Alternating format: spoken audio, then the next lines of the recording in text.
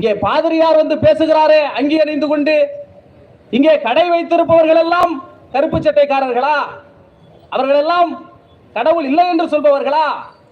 அவர்களிடத்திலே கடவுளை வழிபடுகிறவர்கள் இருப்பார்கள், அவர்களிடத்திலே பூஜை செய்கிறவர்கள் இருப்பார்கள்.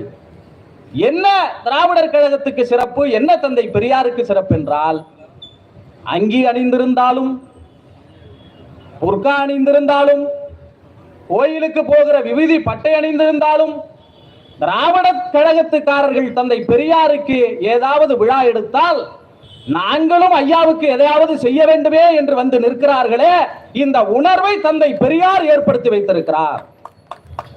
அதனால்தான் தமிழகம் இந்தியாவில் எல்லா இடங்களிலும் மதவெறி தலைவிரித்தாடி கொண்டிருக்கிறது. தமிழ்நாட்டில் மத நம்பிக்கை உண்டு, ஆனால் மத வெறி இல்லை. மதவெறி எவ்வளவு ஆபத்தானது!